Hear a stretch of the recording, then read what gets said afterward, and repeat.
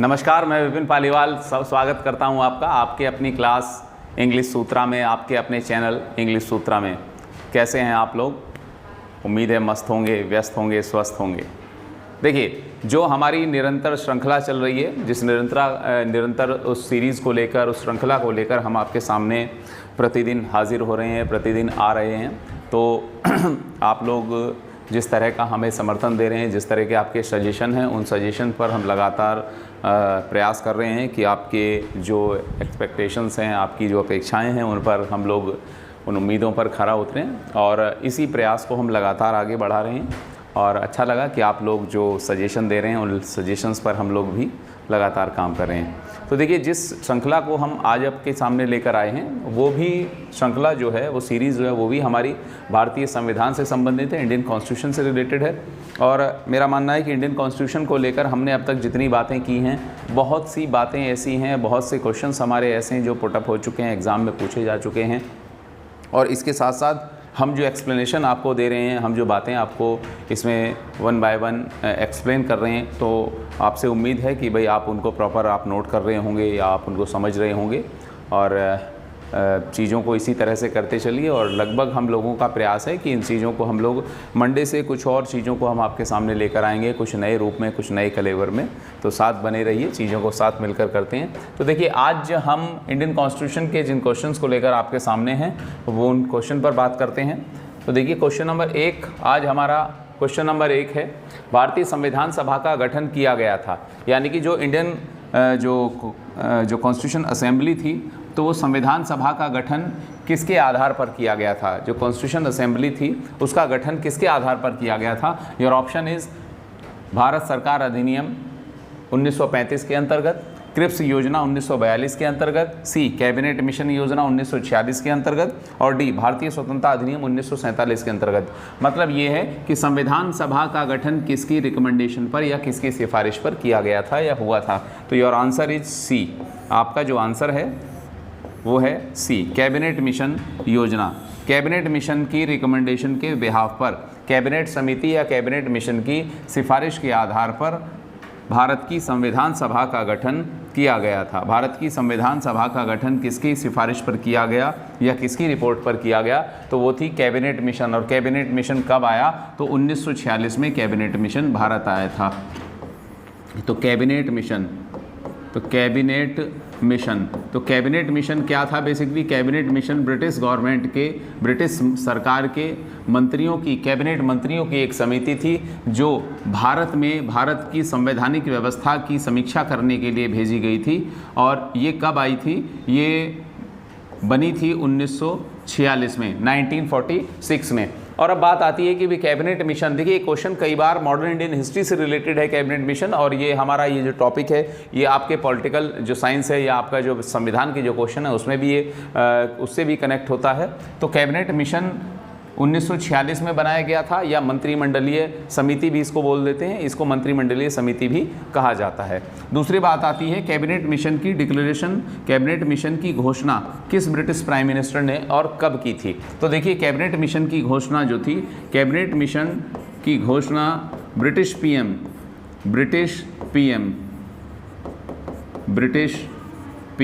British prime minister Clement Attlee ने की थी। Clement Attlee. तो declaration of cabinet mission by British prime minister Clement Attlee, British प्रधानमंत्री Clement Attlee ने cabinet mission को भारत भेजने की घोषणा की थी। अब बात आती है कि कैबिनेट मिशन को भारत भेजने की घोषणा ब्रिटिश प्रधानमंत्री क्लीमेंट एटली ने की थी, लेकिन कब? तो देखिए, इसकी जो डेट थी कि भाई हम भारत में एक मिशन भेज रहे हैं, हम भारत में एक समिति भेज रहे हैं या भेजेंगे, तो इसको भेजने की घोषणा कब की थी प्राइम मिनिस्टर एटली ने? तो ये जो दिन था, वो डेट थी 19 Feb 1946, 19 फरवरी 1946 को ये घोषणा की गई थी। क्लीमेंट एटली ने ये घोषणा कब की? तो 19 फरवरी 1946 को कैबिनेट मिशन भारत भेजने की घोषणा की थी। तो 19 फरवरी 1946 प्रधानमंत्री कैबिनेट मिशन। और इस समय ब्रिटेन में जिस पार्टी की सरकार थी वो पार्टी थी लेबर पार्टी, यानी कि ब्रिटिश प्राइम मिनिस्टर क्लीमेंट एटली जो थे ये लेबर पार्टी के जो लीडर थे। अब देखिए, ये 19 फरवरी 1946 के जस्ट एक दिन पहले भारत में होता है नेवल रिवोल्ट। भारत में अंग्रेज़ों की जो नौसेना होती है, जो नेवी होती है, वो रिवोल्ट कर देती है और नेवी के द्वारा विद्रोह किए जाने से ब्रिटिश सरकार परेशान हो जाती है। क्यों परेशान हो जाती है? क्योंकि एक देश की आर्मी ही यदि रिवोल्ट पे आ जाए, विद्रोह पर आ जाए या विद्रोह कर दे, तो उस कंडीशन में जाहिर सी बात है कि उस देश का शासन प्रशासन चलाना या शासन प्रशासन को नियंत्रित रखना या कंट्रोल करना मुश्किल हो जाएगा। तो इसलिए ब्रिटिश सरकार की जब 18 फरवरी 18 फेब 1946 को रॉयल नेवल रिवोल्ट होता है, रॉयल नौसेना विद्रोह भारत में हो जाता है बॉम्बे में, और उसके जस्ट अगले दिन 19 फरवरी को ही ब्रिटिश सरकार के प्रधानमंत्री क्लीमेंट एटली भारत में एक कैबिनेट मिशन भेजने की घोषणा कर देते हैं। क्लियर है? चलिए अब आगे बढ़ते हैं। यहाँ तक मेरा मानना है आप लोगों के लिए बहुत काम की बातें हो गई। चलिए अब नेक्स्ट क्वेश्चन की ओर चलते हैं। अब क्वेश्चन नंबर 2 हमारा होता है। क्वेश्चन नंबर 2 क्या है? कल्याणकारी राज्य, वेलफेयर स्टेट का उद्देश्य है। तो भैया हमारा जो कल्याणकारी राज्य का जो कॉन्सेप्ट है, सोशल वेलफेयर स्टेट या कल्याणकारी राज्य, तो कल्याणकारी का उद्देश्य क्या है? कल्याणकारी राज्य का मोटो क्या है, लक्ष्य क्या है, उद्देश्य क्या है? तो ऑप्शन ए, अधिकतम संख्या का अधिकतम कल्याण करना, बी, कमज़ोर वर्गों के कल्याण का प्रबंध करना, सी, सभी नागरिकों को स्वास्थ्य सुविधाएं प्रदान करना, डी, नन ऑफ दीज, इनमें से कोई नहीं। तो देखिए, कल्याणकारी राज्य का जो हमारा उद्देश्य है, जो प्रॉपर जो उद्देश्य है, ये इसका मोटो है आंसर ए, अधिकतम संख्या का अधिकतम कल्याण सुनिश्चित करना। अधिकतम संख्या का अधिकतम कल्याण सुनिश्चित करना, तो अधिकतम संख्या का अधिकतम कल्याण सुनिश्चित करना, ये इसका आंसर है। तो अधिकतम संख्या, ज़्यादा से ज़्यादा लोगों का क्या करना? भला करना। कोई भी वेलफेयर स्टेट हो, ऐसा कोई भी स्टेट जो अपने आप को वेलफेयर स्टेट कहलाना चाहता है या एक कल्याणकारी राज्य के रूप में अपने आप को स्थापित करना चाहता है, तो उसको क्या करना होगा? तो उसको करना होगा जनता की ज़्यादा से ज़्यादा भलाई उसके लिए करनी होगी, यानी कि उसको ज़्यादा से ज़्यादा सोशल वेलफेयर के काम करने होंगे, तब जाकर वो स्टेट क्या होगा? तब जाकर वो स्टेट वेलफेयर स्टेट होता है। और अब जैसे भारत में, अब जैसे भारत एक क्या है, भारत हमारा जो देश है, हमारे देश की जो सरकारें हैं क्या है, वो किस तरह की हैं? वो कल्याणकारी राज्य है। India is a social welfare state या वेलफेयर स्टेट। क्यों है? क्योंकि आप देखिए सरकारें क्या कर रही हैं, सरकारें ये कर रही हैं कि भी लोगों के भले के लिए कोरोना टाइम में क्या कर रही हैं, राशन जो है वो फ्री बंटवा रही हैं। तो ये क्या है? ये एक सोशल वेलफेयर का काम है। दूसरी बात है, प्रधानमंत्री आवास योजना जैसी स्कीम चल रही है, वेलफेयर कर रही है। दूसरी बात है कि भाई जैसे और दूसरी बेरोजगारी भत्ता वगैरह की सहायता की चीज़ें स्कीम चलती हैं, वो आपकी क्या हैं? कल्याणकारी योजनाएं हैं। कल्याणकारी राज्य इसी तरह से बनता है। अगला आप देखिए कि कोई सरकार किसी भी तरह से, किसी चाहे वो संघ सरकार हो चाहे वो राज्य सरकार हो, यदि लोगों के हित के लिए, लोगों के भले के लिए, लोगों के कल्याण के लिए किसी भी तरह का कोई भी सोशल वेलफेयर की स्कीम लेकर आती है, लोगों के भले के लिए कल्याणकारी योजनाएं लेकर आती है या योजनाएं चलाती हैं, तो जितनी भी पेंशन की स्कीम है, जैसे वृद्धावस्था पेंशन योजना, विधवा पेंशन योजना, विकलांग पेंशन योजना, ये सारी स्कीम क्या हैं? ये सब इस तरह की जो स्कीम्स हैं, ये सब क्या हैं? यही तो सोशल वेलफेयर स्टेट है। तो कल्याणकारी राज्य क्या कर रहा है? कल्याणकारी राज्य ज़्यादा से ज़्यादा लोगों का क्या कर रहा है? कल्याण, यानी कि वेलफेयर कर रहा है, और यही कल्याणकारी राज्य का उद्देश्य होता है। चलिए अगली बात करते हैं। यहाँ तक मेरा मानना आपको क्लियर है। चलिए अगली बात करते हैं क्वेश्चन नंबर 3 की। तो देखिए क्वेश्चन नंबर 3 क्या कह रहा है? भारतीय संविधान में किस अनुच्छेद के अंतर्गत नागरिकों को मौलिक अधिकार प्रदान किए गए हैं या मूल अधिकार? तो भैया किस अनुच्छेद के अंतर्गत भारत में लोगों को मूल अधिकार, भारत में लोगों को मूल अधिकार प्राप्त हैं? तो भारत में लोगों को मूल अधिकार प्राप्त हैं तो क्या हैं? तो मूल अधिकार प्राप्त किस अनुच्छेद से किस अनुच्छेद तक हैं? आंसर है आपका ऑप्शन है अनुच्छेद 112 से 115, अनुच्छेद 222 से 235, सी अनुच्छेद 12 से 35 और डी इनमें से कोई नहीं। तो आपका आंसर है आंसर सी, अनुच्छेद 12 से 35। अनुच्छेद 12 से लेकर 35 तक में क्या है? तो अनुच्छेद 12 से 35 तक भारत में मूल अधिकार दिए गए। तो मूल अधिकार कहाँ से कहाँ तक है? तो देखिए आंसर क्या है? आंसर है हमारा सी, अनुच्छेद 12 से 35 तक। तो देखिए मूल अधिकार या मौलिक अधिकार एक ही बात है। फंडामेंटल राइट्स, मूल अधिकार या मौलिक अधिकार, फंडामेंटल राइट, तो इनको मूल अधिकार या फंडामेंटल राइट या मौलिक अधिकार बोल देते हैं। दूसरी बात है संविधान के किसमें है? संविधान के भाग 3 में आते हैं। तीसरी बात है कि भाई ये कहाँ से कहाँ तक हैं, तो आर्टिकल 12 to 35, तो आर्टिकल 12 से 12 to 35, 12 से 35 तक जो आते हैं ये मूल अधिकार हैं। ठीक, अगली बात है कि मूल अधिकार कहाँ से लिए गए, कहाँ से इंस्पायर्ड हैं, तो अमेरिकन कॉन्स्टिट्यूशन से इंस्पायर्ड है, अमेरिका से प्रेरित हैं, या अमेरिकी संविधान से इंस्पायर्ड हैं, कुछ भी लिख दीजिए, अमेरिका से प्रेरित हैं मतलब लिए गए हैं, तो अमेरिकी संविधान से लिए गए हैं। तो ये हमारे मूल अधिकारों के बारे में है। तो अनुच्छेद 12 से 35 तक में भारतीय नागरिकों को क्या प्राप्त है, फंडामेंटल राइट दिए गए हैं, और fundamental right part 3 article 12 to 35 कहाँ से हैं, अमेरिका से लिए गए हैं। अगली बात करते हैं, यहाँ तक मेरा मानना है आप लोगों को सब क्लियर है। चलिए अगला करते हैं, क्वेश्चन नंबर 4। तो देखिए क्वेश्चन नंबर 4 में अगली बात क्या थी, भारतीय संविधान में सम्मिलित नीति निदेशक तत्वों की प्रेरणा हमें किस संविधान से मिली है। तो यानी कि हमारे जो भारतीय संविधान में नीति निदेशक तत्व हैं, directive principle of state policy, यानी कि नीति निदेशक तत्व, और नीति निदेशक तत्व की प्रेरणा, इंस्पिरेशन हमें किस संविधान से, यानी कि किस देश के संविधान से हमने नीति निदेशक तत्व लिए हैं, या किस देश के संविधान से प्रेरित होकर, इंस्पायर्ड होकर हमारे भारतीय संविधान में DPSP, directive principle of state policy, या राज्य के नीति निदेशक तत्वों को शामिल किया गया है या रखा गया है। तो देखिए हमारे ऑप्शन है ऑस्ट्रेलिया, फ्रांस, अमेरिका और आयरलैंड। तो देखिए हमारे यहाँ DPSP का जो कॉन्सेप्ट है वो लिया गया है आयरलैंड से। ऑप्शन डी हमारा आंसर होगा, डी आयरलैंड। तो अब 2 मिनट के लिए हम बात समझ लेते हैं DPSP की। नीति निदेशक तत्वों को कहा जाता है DPSP, means directive principle of state policy, directive principles of state policy. तो directive principle of state policy क्या है, कैसे हैं, इन 2 मिनट इनके बारे में हम जान लेते हैं। इसको हिंदी में कहते हैं राज्य के नीति निदेशक तत्व। राज्य के नीति निदेशक तत्व किस में आते हैं, हमारा पार्ट 4 में, हमारे कॉन्स्टिट्यूशन के पार्ट 4 में आते हैं। From the article 36 to 51, article 36 to 51, article 36 से 51 तक जो कंपोनेंट हमारे, या जो तत्व जो हमारे संविधान में जो रखे गए हैं, उनको कहते हैं हम नीति निदेशक तत्व। भाग 4 36 से 51, और ये भाग 4 ये 36 से 51 ही ये नीति निदेशक तत्वों में क्या है, ये राज्य को कल्याणकारी, ये स्टेट को, ये राज्य को सोशल वेलफेयर स्टेट, ये राज्य को कल्याणकारी राज्य, सोशल वेलफेयर स्टेट, ये राज्य को कल्याणकारी राज्य बनाते हैं। तो क्वेश्चन पूछा जा सकता है आपसे कि कल्याणकारी राज्य कौन से तत्व, संविधान का कौन सा भाग कल्याणकारी राज्य की स्थापना करता है, या सोशल वेलफेयर स्टेट डेवलप करता है, या एस्टेब्लिश करता है, तो DPSP। ठीक, ये राज्य को नागरिकों के प्रति दिए गए क्या हैं, ये राज्य को नागरिकों के प्रति दिए गए निर्देश हैं। ठीक, यहाँ पर मैं लिख देता हूँ, ये राज्य को नागरिकों के प्रति दिए गए नैतिक निर्देश, मोरल डायरेक्शंस, नैतिक निर्देश हैं। ये राज्य को नागरिकों के प्रति दिए गए नैतिक निर्देश हैं।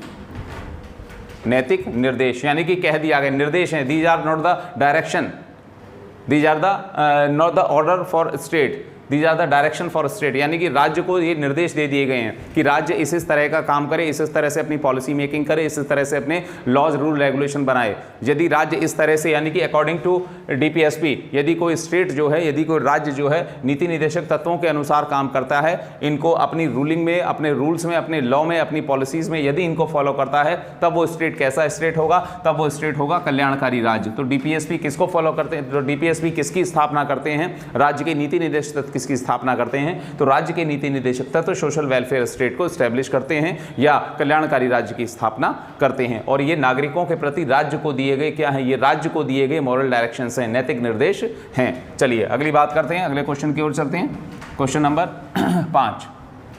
तो देखिए भैया क्वेश्चन नंबर 5, निम्नलिखित में से किसकी रिकमेंडेशन पर, संस्तुति मीन्स रिकमेंडेशन पर भारतीय संविधान में मूल कर्तव्यों को, फंडामेंटल ड्यूटीज को शामिल किया गया। तो भैया फंडामेंटल ड्यूटीज को किस संविधान संशोधन किसकी सिफारिश पर शामिल किया गया है, तो नंबर 1 स्वर्ण सिंह समिति, नंबर 2 बलवंत राय मेहता समिति, नंबर 3 आयंगर समिति, और डी ठक्कर समिति। तो देखिए पहले हमारा जो मूल संविधान है, हमारा जो बेसिक कॉन्स्टिट्यूशन है, जो एक्चुअल कॉन्स्टिट्यूशन है, उसमें हमारे संविधान में पहले, यानी कि जिस दिन हमारा संविधान एक्सेप्ट किया गया बाय द कॉन्स्टिट्यूशनल असेंबली, जिस दिन संविधान सभा ने हमारे संविधान को एक्सेप्ट किया था, स्वीकार किया था, अंगीकृत किया था, उसके उस समय 26 नवंबर 1949 को, और उसके बाद जिस दिन पूरा भारतीय संविधान लागू हुआ 26 जनवरी 1950 को, उस समय उसको कहते हैं बेसिक कॉन्स्टिट्यूशन या एक्चुअल कॉन्स्टिट्यूशन या मूल संविधान। उस दिन उस समय हमारे संविधान में फंडामेंटल ड्यूटीज नहीं थी।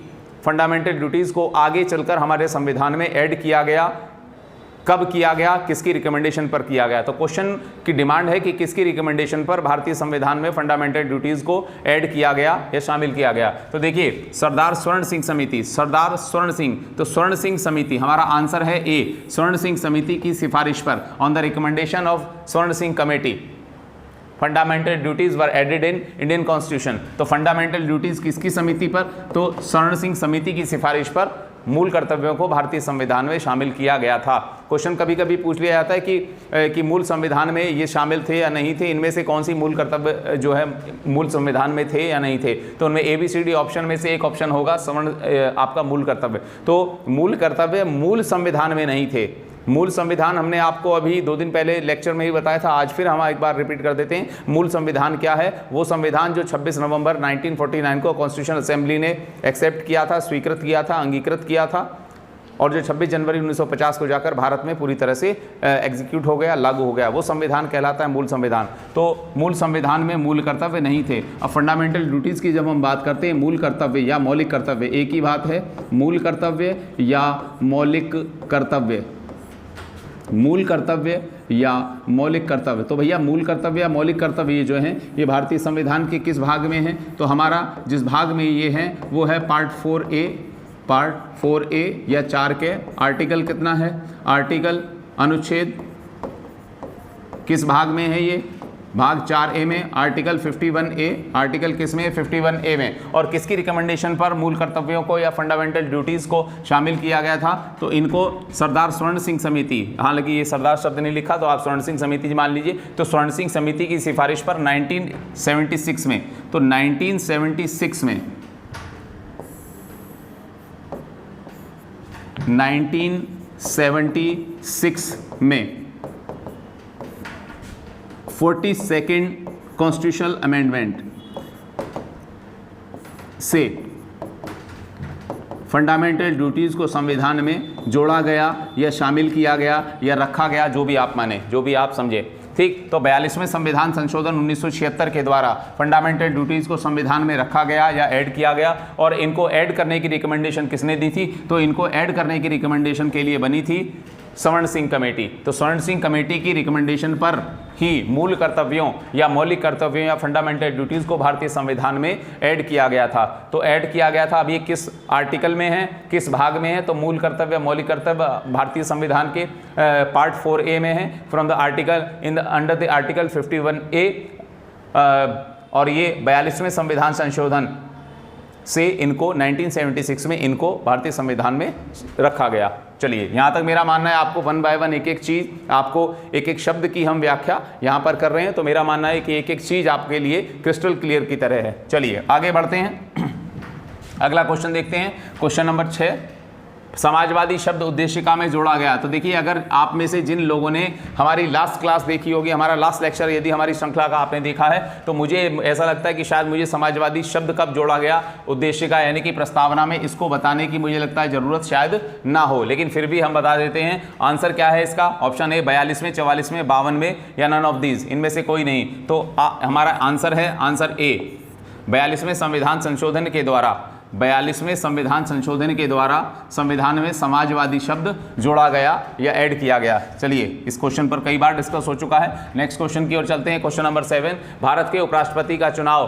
किस तरह होता है? तो election of vice president of India, तो election of vice president of India किस तरह, किस प्रकार से, तो किस तरह हो रहा है? तो हमारे ऑप्शन है ए, राष्ट्रीय स्तर पर सीधे चुनाव से, यानी कि डायरेक्ट नेशनल लेवल पर इसका इलेक्शन होता है। तो ऐसा तो होता नहीं है, तो डायरेक्ट राष्ट्रपति का जो है नेशनल स्तर पर, नेशनल लेवल पर इसका चुनाव नहीं होता है वाइस प्रेसिडेंट का। राष्ट्रपति द्वारा नॉमिनेशन से, तो भैया राष्ट्रपति द्वारा नॉमिनेशन भी नहीं किया जाता वाइस प्रेसिडेंट का।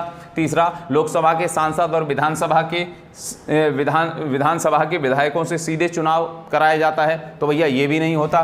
तो देखिए, अब जो गलत ऑप्शन है हमने उसको पकड़ लिया। अब आंसर क्या बचा? आंसर सीधा बचा डी। तो हमारा आंसर क्या है? आंसर है हमारा डी, लोकसभा और राज्यसभा के सांसदों द्वारा सीधे चुनाव से, यानी कि vice president of India Bharat का उपराष्ट्रपति जो है वो इलेक्ट होता है, vice president of India elected by the members of parliament, ये बोथ हाउसेज ऑफ पार्लियामेंट, संसद के दोनों सदनों के द्वारा इसका चुनाव होता है। और उपराष्ट्रपति के चुनाव में संसद के लोकसभा और राज्यसभा के बोथ टाइप ऑफ मेंबर यानी कि इलेक्टेड और नॉमिनेटेड मेंबर पार्टिसिपेट करते हैं, भाग लेते हैं या वोट डालते हैं। तो देखिए, तो उपराष्ट्रपति के चुनाव में लोकसभा और राज्यसभा दोनों के ही सांसद वोट डालते हैं। अब लोकसभा और राज्यसभा में दो प्रकार के सांसद होते हैं, एक होते हैं इलेक्टेड मेंबर जो जनता द्वारा सीधे चुनाव जिताकर भेजे गए हैं, और एक दूसरे होते हैं मनोनीत या नामांकित या नॉमिनेटेड मेंबर। तो वाइस प्रेसिडेंट के इलेक्शन में, उपराष्ट्रपति के चुनाव में संसद के दोनों सदनों के इलेक्टेड और नॉमिनेटेड मेंबर वोट करते हैं। संसद के दोनों सदनों के सांसद, चाहे वो निर्वाचित हो या वो मनोनीत हो, दोनों ही प्रकार के सांसद और दोनों ही सदनों के सांसद वोट करके उपराष्ट्रपति का चुनाव करते हैं। क्लियर है? यहां मेरा मानना है किसी तरह का कोई कंफ्यूजन मत रखिएगा। उपराष्ट्रपति के चुनाव को लेकर हमने जो बात बताई है बिल्कुल वो आंसर उसका डी है। चलिए अगली बात करते हैं, क्वेश्चन नंबर 7। क्वेश्चन नंबर 7 में क्या निम्नलिखित अनुच्छेदों में से कौन सा एक राज्य सरकार को ग्राम पंचायतों के संगठित करने के लिए निर्देशित करता है? तो देखिए, निर्देशित यानी कि डायरेक्टेड करता है, डायरेक्शन देता है, यानी कि कौन सा अनुच्छेद इनमें से ऐसा है जो स्टेट को, जो राज्य को क्या कर रहा है, राज्य को ग्राम पंचायतों के गठन का निर्देश दे रहा है। यानी कि इनमें से एक ऐसा आर्टिकल है जो राज्य को ये कह रहा है कि भाई आप क्या कीजिए कि आप ग्राम पंचायत, जो विलेज पंचायत है, विलेज पंचायत को स्टैब्लिश कीजिए। और आपके ऑप्शन है अनुच्छेद 32, अनुच्छेद 48, अनुच्छेद 40 और अनुच्छेद 51। तो हमारा आंसर है सी, अनुच्छेद 40। अनुच्छेद 40 क्या है? अनुच्छेद 40 में राज्य को क्या कहा गया? अनुच्छेद 40 हमारा आंसर है, अनुच्छेद 40। और अनुच्छेद 40 में राज्य को कहा गया है कि राज्य ग्राम पंचायतों का या राज्य जो है वो पंचायतों का गठन करे। तो राज्य को पंचायतों का गठन करने का निर्देश दिया गया है अनुच्छेद 40 में, आर्टिकल 40। अनुच्छेद 40 में राज्य को पंचायतों के गठन का निर्देश, पंचायतों के गठन का निर्देश दिया गया है।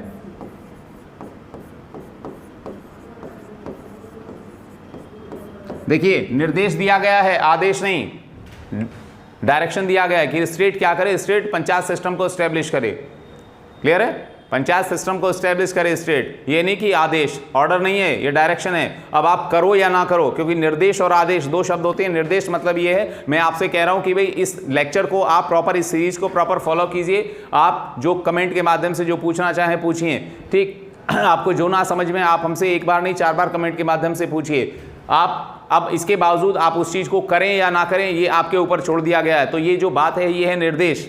हम क्या कर रहे हैं, हम आपको डायरेक्ट कर रहे हैं, यानी कि हम आपको डायरेक्शन दे रहे हैं। लेकिन अब इसके अलावा यहाँ पर अगर शब्द निर्देश की जगह आदेश होता तो फिर तो इसका मतलब ये है कि राज्य पंचायतों के गठन का आदेश दे रहा है। तो राज्य को आर्टिकल 40 क्या कर रहा है उस समय? फिर उस समय आर्टिकल 40 राज्य को कह रहा है कि आप पंचायतों का गठन कीजिए, और राज्य को पंचायतों का गठन आर्टिकल 40 से ही करना होता। तो आदेश ये है कि जो आपको मानना ही पड़ेगा। निर्देश वो है कि आप माने या ना माने, हमने आपको डायरेक्शन दे दिया है, फिर आपकी जो मर्जी है वो कीजिए। क्लियर? तो आर्टिकल 40 किसमें आता है? आर्टिकल 40 आता है आपका डीपीएसपी में। ये राज्य के नीति निर्देशक तत्वों के अंतर्गत आता है, अनुच्छेद 40, और इसमें राज्यों को पंचायतों का गठन करने का निर्देश दिया गया। चलिए अगली बात करते हैं, अगले क्वेश्चन की ओर चलते हैं, क्वेश्चन नंबर 8। तो देखिए, नीति निदेशक सिद्धांत हैं, यानी कि जो डीपीएसपी हैं उनके लिए पूछा गया है कि डीपीएसपी को मतलब क्या है, वो किस तरह से हैं। तो हमने देखिए अभी एक बात की थी कि नीति निदेशक तत्व क्या है, वो कल्याणकारी राज्य, सोशल वेलफेयर स्टेट डेवलप करते हैं या कल्याणकारी राज्य की स्थापना करते हैं। तो अब यहाँ पर पूछा गया है नीति निदेशक सिद्धांत जो है वो क्या है, कैसे हैं। तो नंबर 1 वाद योग्य, बी मूल अधिकार हैं, सी वाद योग्य नहीं है, और डी कोई नहीं। तो नीति निदेशक सिद्धांत यानी कि वो चैलेंजेबल है या नहीं है, ठीक, या वो जस्टिसिएबल हैं या नहीं है। तो देखिए वो चैलेंजेबल, तो नीति निदेशक सिद्धांत का आंसर हमारा है सी। तो नीति निदेशक सिद्धांत जो हैं वो क्या नहीं है, वो वाद योग्य नहीं है, यानी कि नॉट चैलेंजेबल इन कोर्ट। तो ऑप्शन कौन सा है हमारा? तो देखिए नीति निर्देशक सिद्धांत वाद योग्य नहीं है, इनको लेकर किसी तरह का कोर्ट कचहरी में, किसी तरह का कोर्ट में कोई इनको लेकर कोई वाद विवाद, कोई केस या मुकदमा नहीं किया जा सकता। दूसरी बात, फंडामेंटल राइट ये है नहीं, तो फंडामेंटल राइट अपने आप में एक बिल्कुल सेपरेट टॉपिक है। इसके बाद कोई नहीं आता है, कोई नहीं का कोई मतलब नहीं है, तो आंसर क्या बचा? आंसर सी वाद योग्य है, यानी कि दीज आर जो है DPSP justiciable challengeable in court,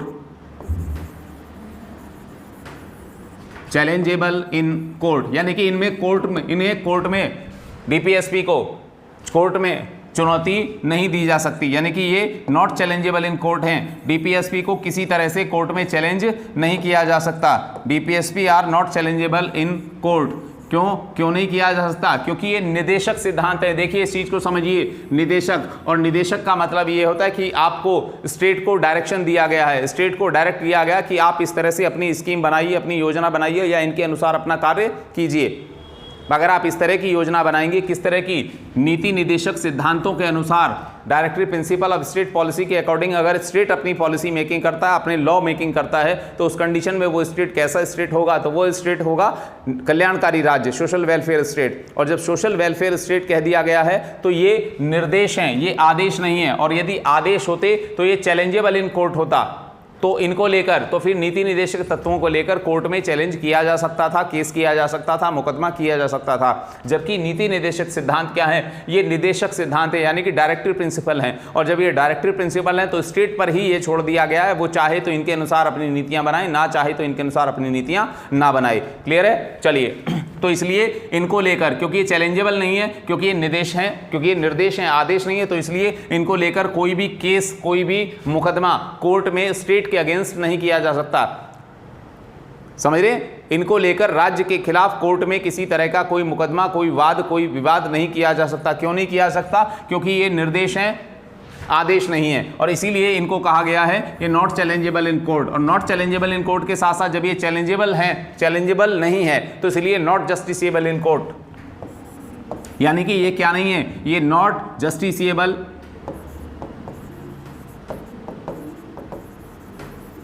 not justiciable in court, यानी कि कोर्ट में न्याय योग्य नहीं है। अरे भैया, जब आप इनको लेकर कोर्ट में जा ही नहीं सकते, जब इनको लेकर किसी तरह से मुकदमा या चुनौती ही नहीं दी जा सकती, तो केस कैसे चलेगा?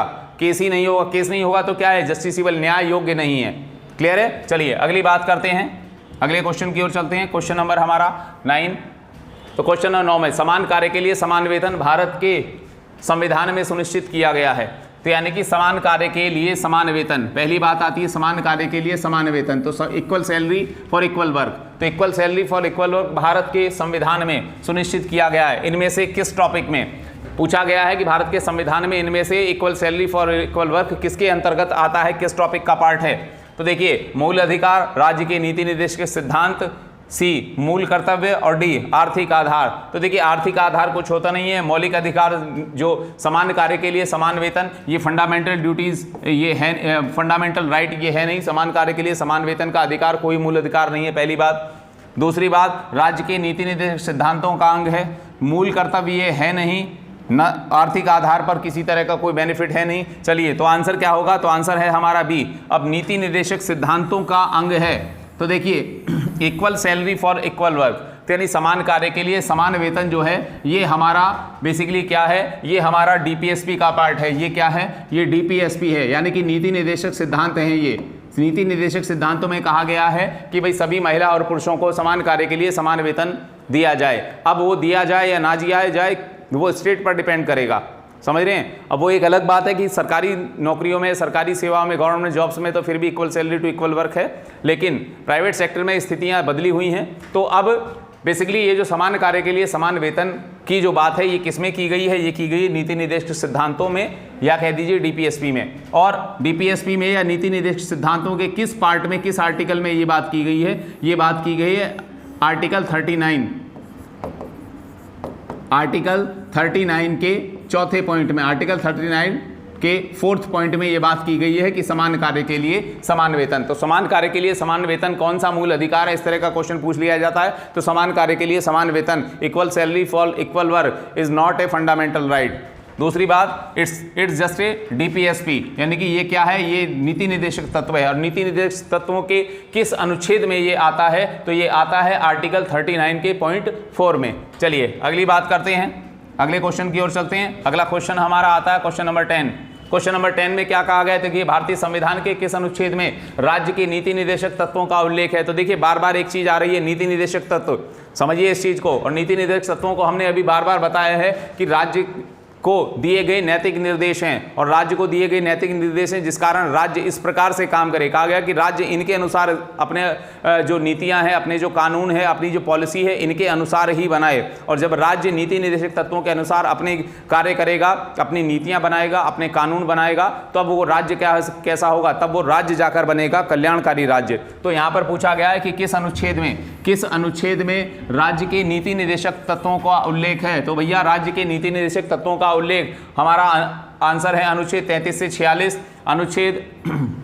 अनुच्छेद 34 से 48, अनुच्छेद 36 से 51 और अनुच्छेद 34 से 52। तो हमारा आंसर है सी, आंसर सी में क्या है, आंसर सी 36 से 51। नीति निर्देशक तत्व किस में है, अनुच्छेद 36 से 51 में है। अभी हमने नीति निर्देशक तत्वों के बारे में बताया था कि किस में है, अब संविधान के भाग 4 में है, आर्टिकल 36 से 51 तक है। और नीति निर्देशक तत्व कहाँ से लिए गए हैं, ये लिए गए हैं आयरलैंड से। अभी हमने 2 मिनट पहले इस पर डिस्कस किया है। चलिए अगले क्वेश्चन की ओर चलते हैं, अगले क्वेश्चन की ओर बात करते हैं। Question number 11।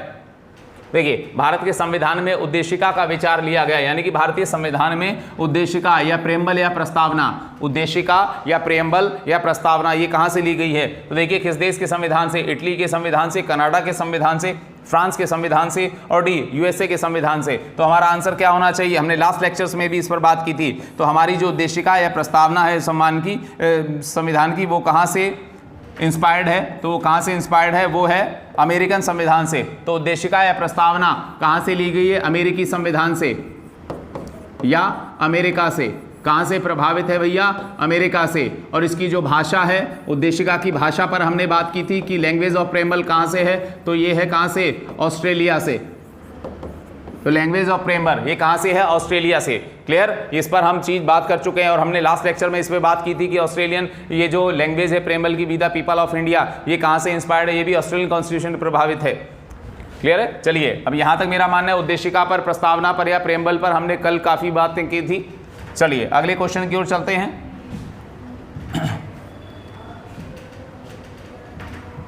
देखिए अगले क्वेश्चन की ओर चलते हैं। भारत के संविधान निर्माताओं ने 7वीं अनुसूची में वर्णित समवर्ती सूची की अवधारणा कहां से ग्रहण की है। तो देखिए भैया हमारे संविधान में 7th शेड्यूल, 7वीं अनुसूची, हमारे संविधान में जो 7th शेड्यूल लिया गया है, 7वीं अनुसूची जो है, संविधान में कितनी अनुसूचियां हैं, there are 12 schedule in Indian constitution. भारतीय संविधान में वर्तमान में 12 अनुसूचियां हैं। ठीक, अब देखिए 12 अनुसूचियां हैं, तो 12 अनुसूचियां को किस में रखा गया है, तो वो है संविधान की 7th शेड्यूल में। 12 अनुसूचियां हैं, तो 12 में से जो 7वीं अनुसूची है, उस 7वीं अनुसूची में शासन के विषयों को 3 लिस्ट में डिवाइड किया गया है। शासन के कार्यों को, शासन से संबंधित विषयों को 3 लिस्ट बनाई गई हैं, संघ सूची, राज्य सूची, समवर्ती सूची, यूनियन लिस्ट, स्टेट लिस्ट और कॉन्करेंट लिस्ट। तो union list, state list, concurrent list में से एक जो है समवर्ती सूची, इसको कहते हैं कॉन्करेंट लिस्ट। तो इसकी अवधारणा, यानी कि ये कॉन्करेंट लिस्ट कहाँ से ली गई है, कहाँ से ग्रहण की गई है या ली गई है। तो हमारी बात आती है कॉन्करेंट लिस्ट कहाँ से ली गई है, हमारे ऑप्शन है कनाडा से, ऑस्ट्रेलिया से, इटली से और दक्षिण अफ्रीका से। तो भैया हमारी ये जो कॉन्करेंट लिस्ट है संविधान में, भारतीय संविधान की 7वीं अनुसूची में जो 3 सूचियां हैं, संघ सूची, राज्य सूची, समवर्ती सूची, तो इनमें से समवर्ती सूची किस देश के संविधान से प्रेरित है या इंस्पायर्ड है। तो हमारे इसका आंसर है आंसर बी, ऑस्ट्रेलिया। जो concurrent list of Indian constitution है, तो कॉन्करेंट लिस्ट भारतीय संविधान में जो समवर्ती सूची है या कॉन्करेंट लिस्ट है, तो भारतीय संविधान की ये जो कॉन्करेंट लिस्ट है या समवर्ती सूची है, ये कहां से ली गई है भैया, ये ली गई है ऑस्ट्रेलियन कॉन्स्टिट्यूशन से, ऑस्ट्रेलिया से। तो समवर्ती सूची का प्रावधान या समवर्ती सूची की प्रेरणा किस देश से है या किस देश से ग्रहण की गई है, तो ऑस्ट्रेलिया से। चलिए अगली बात करते हैं, अगले क्वेश्चन की ओर चलते हैं। देखिए भारत में न्यायिक पुनरीक्षण यानी कि जुडिशियल रिव्यू की संकल्पना निम्नलिखित में से किस देश के संविधान से ली गई है। तो यहाँ सीधी सीधी बात है कि भैया जुडिशियल रिव्यू का कॉन्सेप्ट भारतीय संविधान में, जुडिशियल रिव्यू, तो भारतीय संविधान में जो जुडिशियल रिव्यू है, जुडिशरी को हमारे यहाँ जुडिशियल रिव्यू की पावर है।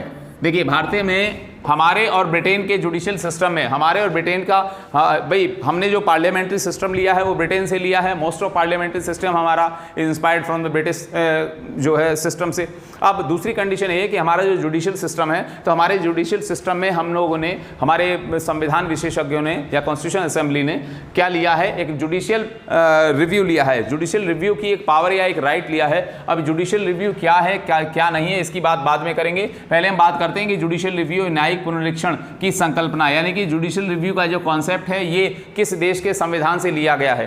तो आपके ऑप्शन है यूके यूनाइटेड किंगडम, बी संयुक्त राज्य अमेरिका, डी यूएसएसआर यानी कि रशिया, और डी ऑस्ट्रेलिया। तो देखिए हमारे संविधान में जुडिशियल रिव्यू की जो पावर है या जुडिशियल रिव्यू का जो कॉन्सेप्ट है ये अमेरिकन कॉन्स्टिट्यूशन से इंस्पायर्ड है। संविधान में न्यायिक समीक्षा या न्यायिक पुनरीक्षण ये लिया गया है, जुडिशियल रिव्यू का कॉन्सेप्ट लिया गया है अमेरिकन कॉन्स्टिट्यूशन से या अमेरिका से। अब जुडिशियल रिव्यू होता क्या है, तो जुडिशियल रिव्यू क्या होता है, 2 मिनट के लिए इसको समझ लीजिए। जुडिशियल रिव्यू बेसिकली होता ये है कि यदि कोर्ट को, कोर्ट मतलब सुप्रीम कोर्ट, हम क्योंकि हमारे यहाँ इंटीग्रेटेड जुडिशरी है, क्योंकि बेसिकली इंडिया में क्या है, हमारे यहाँ भारत में integrated judiciary. Integrated judiciary means कैसे है, तो भारत में इंटीग्रेटेड जुडिशरी का कॉन्सेप्ट है वो कैसा है भैया, भारत में इंटीग्रेटेड जुडिशरी का कॉन्सेप्ट ये है कि भाई सबसे जो टॉप पर है, तो सबसे टॉप पर बेसिकली हमारे यहाँ क्या है, सबसे टॉप पर हमारे यहाँ बेसिकली ये है कि भाई सुप्रीम कोर्ट है। सुप्रीम कोर्ट के बाद हमारे यहाँ क्या है, हाई कोर्ट है, और हाई कोर्ट के बाद बेसिकली क्या है, हमारे यहाँ डिस्ट्रिक्ट कोर्ट है या लोअर कोर्ट है। तो ये हमारे यहाँ सबसे, जो हमारे यहाँ ये जो कॉन्सेप्ट है ये हमारे यहाँ इंटीग्रेटेड और इंडिपेंडेंट जुडिशरी सिस्टम है हमारे यहाँ। सुप्रीम कोर्ट सबसे ऊपर टॉप पर है, उसके बाद उसको फॉलो करता है हाई कोर्ट। हाई कोर्ट के डायरेक्शन और सुप्रीम कोर्ट दोनों के डायरेक्शन को मिलाकर फॉलो करता है कौन, डिस्ट्रिक्ट कोर्ट या लोअर कोर्ट। तो देखिए, तो जुडिशरी को स्पेशली हम यहाँ सुप्रीम कोर्ट की बात करें क्योंकि सुप्रीम कोर्ट से ही हमारा जुडिशियल सिस्टम फॉलो होता है। तो सुप्रीम कोर्ट को भारत में संविधान में एक पावर है या एक राइट दिया गया है जिसको हम कहते हैं जुडिशियल रिव्यू। जुडिशियल रिव्यू ये है कि कोर्ट ने किसी समय कोई डिसीजन दिया है, कोई वर्डिक्ट दिया है, कोई एक्शन किया है, कोई ऑर्डर दिया है, कोई आदेश दिया है, और यदि कुछ समय बाद, कुछ दिन बाद, 2 दिन बाद, 2 महीने बाद, 20 दिन बाद, 4 महीने बाद, साल भर बाद, यदि कोर्ट को ऐसा लगता है कि हमारे द्वारा दिया गया वो डिसीजन या हमारे द्वारा दिया गया वो वर्डिक्ट या वो निर्णय या आदेश या जो की गई कार्रवाई है, जो एक्शन है, उसको हमें दोबारा से रिव्यू करना चाहिए, उसको हमें रिव्यू करना चाहिए, उसमें कुछ खामी है या हमें दोबारा से उसमें देखना चाहिए, तो कोर्ट को ये पावर है कि कोर्ट मतलब कौन सा, सुप्रीम कोर्ट। तो कोर्ट अपने द्वारा जो पास्ट में उसने जो डिसीजन दिया था, पूर्व में जो उसने जो अपना डिसीजन दिया है या ऑर्डर दिया है या कोई एक्शन लिया है, तो इस तरह के पास्ट में दिए गए किसी आदेश को, किसी निर्णय को कोर्ट रिव्यू कर सकता है। रिव्यू यानी कि दोबारा से देख सकता है, और दोबारा से देखने के क्रम में अपने द्वारा दिए गए उस डिसीजन को, उस आदेश को, उस ऑर्डर को, उस एक्शन को वो करेक्ट कर सकता है। करेक्ट इन द सेंस उसमें कुछ करेक्शन कर सकता है, कुछ अमेंडमेंट कर सकता है, कुछ संशोधन कर सकता है, या उसे कंप्लीटली कैंसिल करके, उसे पूरी तरह से रद्द करके उसके स्थान पर कोई नया निर्णय, कोई नया आदेश या कोई नया एक्शन ले सकता है। तो ये जो पावर जो जुडिशरी को दी गई है, सुप्रीम कोर्ट को दी गई है, यही पावर कहां से ली गई है, ये अमेरिकन जुडिशियल सिस्टम से ली गई है, या कह दीजिए अमेरिका के संविधान से लिया गया है। क्लियर है? चलिए, यहां तक मेरा मानना है जुडिशियल रिव्यू की पावर आप समझ गए होंगे। तो न्यायिक पुनरीक्षण का सिद्धांत हमारे भारतीय संविधान में कहां से है, तो संयुक्त राज्य अमेरिका, अमेरिकन कॉन्स्टिट्यूशन से ये लिया गया है। चलिए अगली बात करते हैं। अगली बात आती है भारतीय संविधान में मूल कर्तव्यों का। भारतीय संविधान में फंडामेंटल ड्यूटीज का विचार लिया गया है। तो भैया फंडामेंटल ड्यूटीज, तो फंडामेंटल ड्यूटीज कहाँ से ली गई हैं भैया, तो फंडामेंटल ड्यूटीज के बारे में हमने अभी बात की थी 2 मिनट पहले ही या 5 मिनट पहले कि भाई हमारे यहाँ फंडामेंटल ड्यूटीज का जो कॉन्सेप्ट है ये कहाँ से है। तो फंडामेंटल ड्यूटीज, तो 2 मिनट में हम पहले फंडामेंटल ड्यूटीज की बात कर लेते हैं भैया कि फंडामेंटल ड्यूटीज भारतीय संविधान में कहाँ से इंस्पायर्ड हैं या कहाँ से ली गई हैं। तो ये देखिए फंडामेंटल ड्यूटीज, तो फंडामेंटल ड्यूटीज की हमने पूरी अभी हिस्ट्री ज्योग्राफी बताई थी कि फंडामेंटल ड्यूटीज, मूल कर्तव्य या मौलिक कर्तव्य ये कहाँ से लिए गए हैं, कब लिए गए हैं, इसके बारे में हमने बात की थी। तो मूल कर्तव्यों को किसकी रिकमेंडेशन पर रखा गया, तो मूल कर्तव्य रखे गए हैं किसकी रिकमेंडेशन पर, मूल कर्तव्य या मौलिक कर्तव्य या फंडामेंटल ड्यूटीज सवर्ण सिंह कमेटी ने रिकमेंड किया। 1976 में सवर्ण सिंह कमेटी बनी, उसकी रिकमेंडेशन पर मूल कर्तव्यों को कॉन्स्टिट्यूशन में ऐड किया गया। सवर्ण सिंह कमेटी बनी 1976 में, उसकी रिकमेंडेशन पर। अब दूसरी बात आती है कहाँ पर हैं, तो हमारे जो है कॉन्स्टिट्यूशन के आर्टिकल किस में हैं, आर्टिकल हमारे संविधान के किस अनुच्छेद में हैं, तो मूल कर्तव्य संविधान के जिस अनुच्छेद में है वो अनुच्छेद बेसिकली है कौन सा, तो वो अनुच्छेद बेसिकली जो है वो है हमारा, एक सेकंड, जिस संविधान के जिस अनुच्छेद में मूल कर्तव्यों को रखा गया है वो अनुच्छेद बेसिकली कौन सा है, तो वो है article 51A, article 51A 51A में। और भाग, अभी हमने भाग बताए थे, पार्ट किस पार्ट में रखा गया है इन्हें, तो पार्ट 4A में रखा गया है किसको, मूल कर्तव्यों को। अब यहाँ पर बात आ रही है फंडामेंटल ड्यूटीज या मूल कर्तव्य कहाँ से लिए गए हैं, तो ऑप्शन सी हमारा आंसर है, सी, रूस, और रूस से लिए गए हैं। तो मूल कर्तव्यों का सिद्धांत संविधान में रूस, और रूस को पहले रूस का नाम था सोवियत संघ, सोवियत यूनियन, तो सोवियत संघ के संविधान से ये लिया गया है। और किसकी कमेटी, किस कमेटी की सिफारिश पर, किस समिति की सिफारिश पर, सरदार स्वर्ण सिंह समिति की सिफारिश पर 42वें संविधान संशोधन के द्वारा मूल कर्तव्यों को संविधान में रखा गया। और कहां से लिए गए, ये रूस या सोवियत संघ से लिए गए हैं। 91 तक रूस का नाम होता था सोवियत संघ। क्लियर है? चलिए अगली बात करते हैं, अगले क्वेश्चन की ओर चलते हैं। अगला जो क्वेश्चन है हमारा क्वेश्चन नंबर 15, देखिए अगला क्वेश्चन है, भारतीय संविधान में सन्निहित मूल अधिकारों की अवधारणा किस देश के संविधान से ग्रहण की गई है। तो देखिए भैया सीधी सीधी बात आ रही है क्या, कि फंडामेंटल राइट्स। तो फंडामेंटल राइट का कॉन्सेप्ट कहां से लिया गया, किस देश के संविधान से, तो किस देश के संविधान से फंडामेंटल राइट लिए गए हैं। तो फंडामेंटल राइट अभी हमने बात की थी, फंडामेंटल राइट कहां से लिए गए हैं, ऑप्शन ए है फ्रांस, बी अमेरिका, सी ब्रिटेन और डी रूस। तो देखो भैया फ्रांस से नहीं है, ब्रिटेन से नहीं है, रूस से नहीं है, आंसर क्या बचा, आंसर बचा यूएसए यानी कि अमेरिका। तो हमारे संविधान में जो फंडामेंटल राइट्स हैं यानी कि जो मूल अधिकार हैं वो कहां से लिए गए हैं, अमेरिका से लिए गए हैं। भारत के संविधान के किस भाग में है, तो भारतीय संविधान के भाग 3 में है मूल अधिकार। तो मूल अधिकार या फंडामेंटल राइट किस में है, तो फंडामेंटल राइट्स हमने अभी बात की थी, फंडामेंटल राइट्स, तो फंडामेंटल राइट्स की हमने बात की थी। तो भैया ये किस पार्ट में है, तो पार्ट 3 हमारे संविधान के भाग 3 में है। आर्टिकल कहां से कहां तक है, आर्टिकल 12 से 35 तक है, 12 to 35। हमने अभी 5 मिनट पहले ये बात की थी। और कहां से लिए गए हैं, अमेरिका से लिए गए हैं। ये नागरिकों को दिए गए अधिकार हैं, ठीक, इन्हें प्राकृतिक अधिकार भी कहा गया है। चलिए अगली बात करते हैं, अगले क्वेश्चन की ओर चलते हैं। अगला क्वेश्चन हमारा आता है कौन सा, भारत में राजनीतिक सत्ता का प्रमुख स्रोत कौन सा है, यानी कि भारत में the main source of political power in India, the main source of political power India. तो भारत में राजनीतिक सत्ता का प्रमुख स्रोत, मुख्य स्रोत, यानी कि भारत में लोगों को पावर कहां से मिलती है, किससे मिलती है, पॉलिटिकल पावर किससे मिलती है। तो देखिए भारत में लोगों को राजनीतिक सत्ता यानी कि जहां से सरकारें बनती हैं, राज्य बनते हैं, राज्य मतलब सरकार बनती है, सरकार चलती है। तो ऑप्शन है जनता, बी संविधान, सी संसद और डी राष्ट्रपति। तो देखिए इसका आंसर है क्या, ए जनता। तो जनता क्या करती है जनता ही तो करती है भाई। जनता ही क्या चुन रही, जनता ही सरकारों को चुनती है, जनता ही अपने प्रतिनिधियों को चुनती है और अपने प्रतिनिधियों को चुनकर उन्हें संसद और विधानसभाओं में भेजती है। और जहां पर चुने हुए प्रतिनिधि बैठकर क्या करते हैं, वो संसद और विधानसभाओं को चलाते हैं और वहां पर सरकारें अपना कार्य करती हैं। तो भारत में पॉलिटिकल पावर का मेन सोर्स क्या है, तो जनता। यदि भारत में संघ में, केंद्र में यदि बीजेपी की सरकार है तो उसे बीजेपी सरकार को बनाने वाली कौन है, तो जनता, भारत के नागरिक, we the people of India. और we the people of India जब हम मेजॉरिटी दे रहे हैं, जब हम किसको क्या कर रहे हैं, बहुमत दे रहे हैं, किसी को जिताकर भेज रहे हैं, तो क्या है, तो वो क्या चला रहा है, वो व्यक्ति मतलब वो पार्टी के क्या है, वो फिर सरकार चलाती है। यही यानी कि भारत में जनता ही सर्वोच्च है और भारत में शक्ति का स्रोत। इस क्वेश्चन को दूसरी तरह से भी पूछा गया है कि भारत में शक्ति का स्रोत प्रमुख रूप से कहां से है। भारत में शक्ति का स्रोत है तो क्या, तो भारत में किसी भी राजनीतिक शक्ति का स्रोत क्या है, वो है जनता। जनता जब तक लोगों को जिताकर, सांसद हैं या विधायक हैं, जब तक किसी पार्टी के लोगों को या किसी व्यक्ति को जिताकर सांसद विधायक नहीं बनाएगी, तब तक वो पॉलिटिकल सिस्टम में एंट्री नहीं करेगा। क्लियर। तो यानी कि राजनीतिक सत्ता का प्रमुख स्रोत या भारत में शक्ति का प्रमुख स्रोत जनता है। चलिए अगली बात करते हैं, अगले क्वेश्चन की ओर चलते हैं। तो भैया अगला क्वेश्चन क्या है हमारा, तो देखिए अगला क्वेश्चन है, भारतीय संविधान में किस प्रकार की शासन प्रणाली की व्यवस्था की गई है। यानी कि हमारे भारतीय संविधान में किस तरह की हमारे यहाँ सिस्टम है, हमारे यहाँ जो एडमिनिस्ट्रेटिव सिस्टम है, शासन प्रणाली है, गवर्नेंस सिस्टम है, वो किस तरह का है? तो भैया लोकतंत्रात्मक, अध्यक्षात्मक, संसदात्मक या अर्ध लोकतंत्रात्मक। तो यानी कि बेसिक बात ये है, क्वेश्चन में ये पूछा जा रहा है कि भैया हमारे यहाँ भारतीय संविधान में किस प्रकार की, भारत में किस प्रकार का सिस्टम है।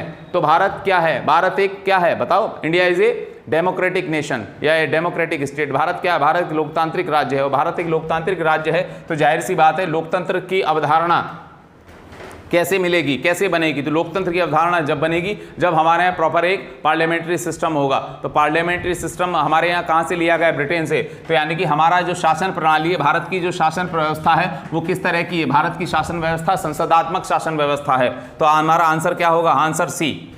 लोकतंत्रात्मक तो है लेकिन शासन प्रणाली क्या है? डेमोक्रेटिक सिस्टम है। डेमोक्रेटिक मतलब लोगों को राइट टू वोट है। भारत में डेमोक्रेटिक सिस्टम है। डेमोक्रेटिक सिस्टम मतलब डेमोक्रेसी है, लोगों को वोट देने का अधिकार है। लेकिन इसके साथ साथ वोट देने के बाद जो शासन जो चलता है, सिस्टम कैसे बना हुआ है, तो वो सिस्टम क्या है? तो वो सिस्टम जो शासन प्रणाली, रूलिंग का, गवर्नेंस का जो सिस्टम है वो क्या है? वो डेमोक्रेटिक सिस्टम, वो हमारा जो पार्लियामेंट्री सिस्टम है। पार्लियामेंट है, संसद है, संसद के 2 सदन हैं, लोकसभा और राज्यसभा। तो यही हमारा शासन प्रणाली है।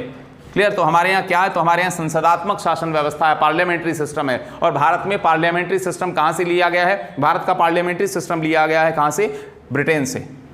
अगली बात करते हैं, अगले क्वेश्चन की ओर चलते हैं भैया।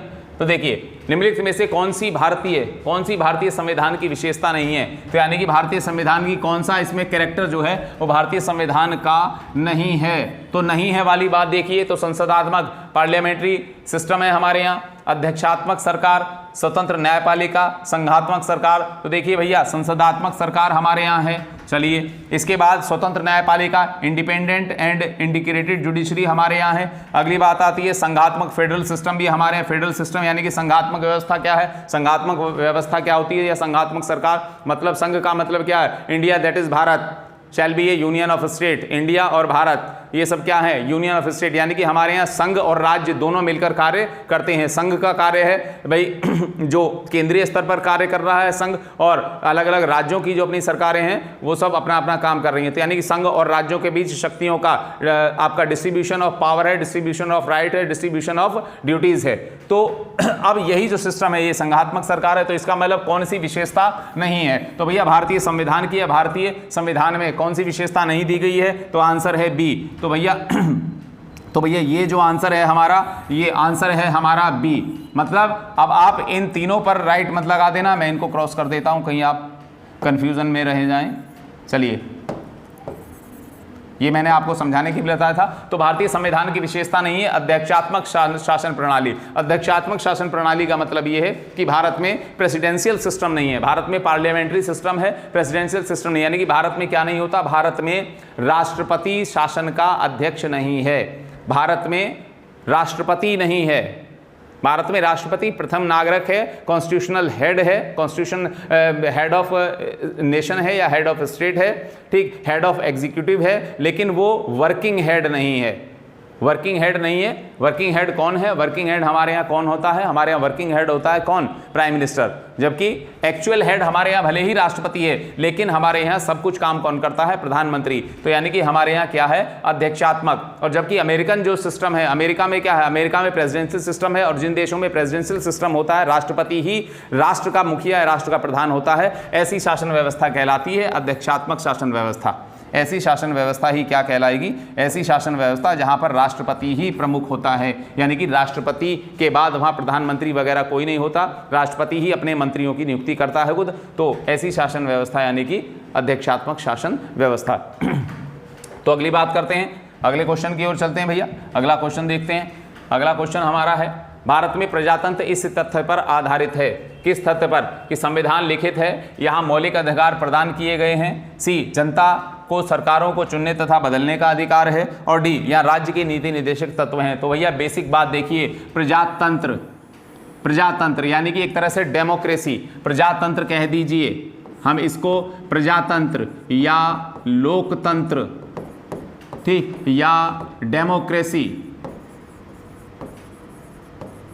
डेमोक्रेसी। तो प्रजातंत्र, लोकतंत्र या डेमोक्रेसी। अब प्रजातंत्र या लोकतंत्र या डेमोक्रेसी की बात कर रहा है कि डेमोक्रेसी हमारे किस पर बेस्ड है, तो भैया डेमोक्रेटिक सिस्टम हमारा जो बेस्ड है वो किस पर है? ए, संविधान पर। बी, या मौलिक अधिकार प्रदान किए गए हैं। सी, जनता को सरकारों को चुनने तथा बदलने का अधिकार है। और डी, या राज्य के नीति निर्देशक तत्व हैं। तो देखिए भैया सीधी सीधी बात है, संविधान लिखित है तो ये कोई डेमोक्रेटिक सिस्टम नहीं है, अलग बात है। यहाँ मौलिक अधिकार हैं तो भैया मौलिक अधिकार हैं तो मौलिक अधिकार तो ये एक नेचुरल राइट है, मौलिक अधिकार तो प्राकृतिक अधिकार हैं, वो प्रकृति ने दिए हैं, तो उसमें एक अलग बात है। अब आंसर क्या होगा? आंसर हमारा होगा सी। यहाँ पर भारत में प्रजातंत्र है और प्रजातंत्र किस पर आधारित है कि भारत में जनता को सरकारों को चुनने और बदलने का अधिकार है, बदलने का अधिकार है। तो आंसर है हमारा सी। यानी कि मान लीजिए इस समय एक्स पार्टी की सरकार है, तो एक्स पार्टी यदि अच्छा कार्य नहीं कर रही है, जनता उसे सेटिस्फाई नहीं है, जनता जो है उससे संतुष्ट नहीं है, तो जनता क्या कर सकती है? जनता अगले चुनाव में पार्टी को सरकार को चेंज कर सकती है। जिस भी पार्टी की सरकार जनता लाना चाहे उसकी सरकार ला सकती है। यानी कि जनता ही सरकारों को चुनती है और जनता ही सरकारों को बदलती है। और यही डेमोक्रेटिक सिस्टम की खूबी होती है, यही डेमोक्रेटिक सिस्टम की व्यवस्था है। मुख्य विशेषता या मेन फीचर यही होता है कि जनता को सरकारों को बदलने का अधिकार है। और बदलेंगी कैसे? क्योंकि जनता को वोट डालने का अधिकार है, और वोट डालने की व्यवस्था क्या है? वही डेमोक्रेसी है। चलिए अगली बात करते हैं। अगला क्वेश्चन हमारा आता है, अगले क्वेश्चन की ओर बात करती है। तो राष्ट्रपति पद्धति में समस्त कार्यपालिका की शक्तियां निहित होती हैं, यानी कि राष्ट्रपति के पास कार्यपालिका की समस्त शक्तियां होती हैं। तो किसमें? राष्ट्रपति में पद्धति में समस्त कार्यपालिका की शक्तियां निहित होती हैं।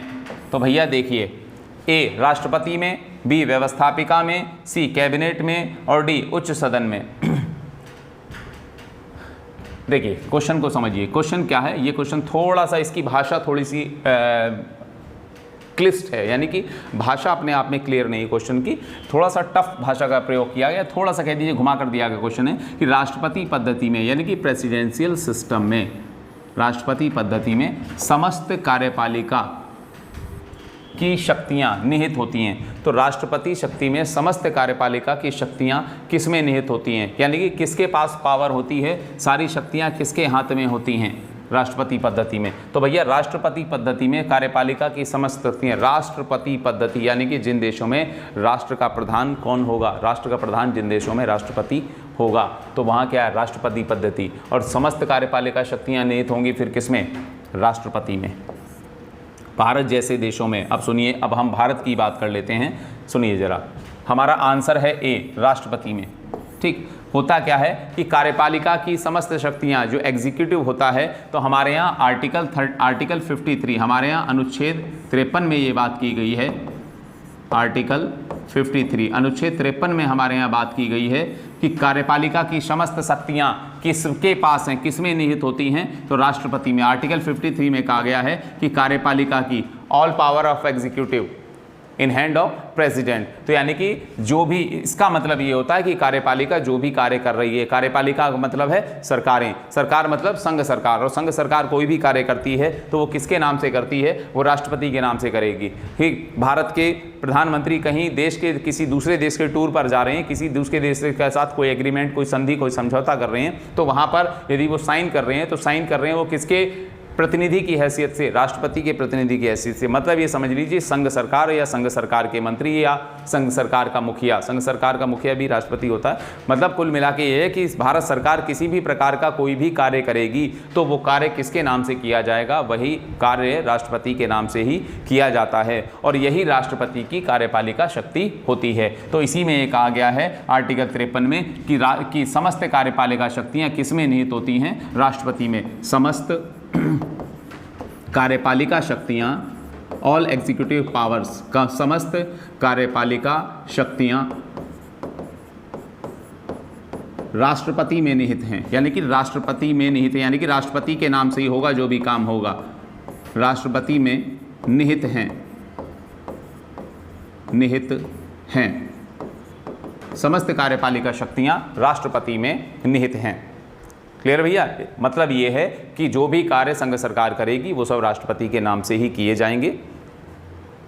क्लियर? आप सुनिए, यहाँ तक आज हम अपने सीरीज़ को यहाँ तक आज रखते हैं, आज इसको विराम देते हैं। इससे आगे का लेक्चर हम कल करेंगे, इससे आगे की चीज़ों को हम कल करेंगे। और आपको किसी भी तरह का कोई क्वेरी है, किसी भी तरह की यदि आपको कुछ सजेशन है तो आपके सजेशंस का और आपके प्रश्नों का हम जवाब देने के लिए प्रयासरत हैं। तो आप लगातार हमारे साथ बने रहिए। और इसी के साथ मैं अब आज को विराम देता हूँ। मिलते हैं नेक्स्ट लेक्चर में। नमस्कार, धन्यवाद, थैंक यू।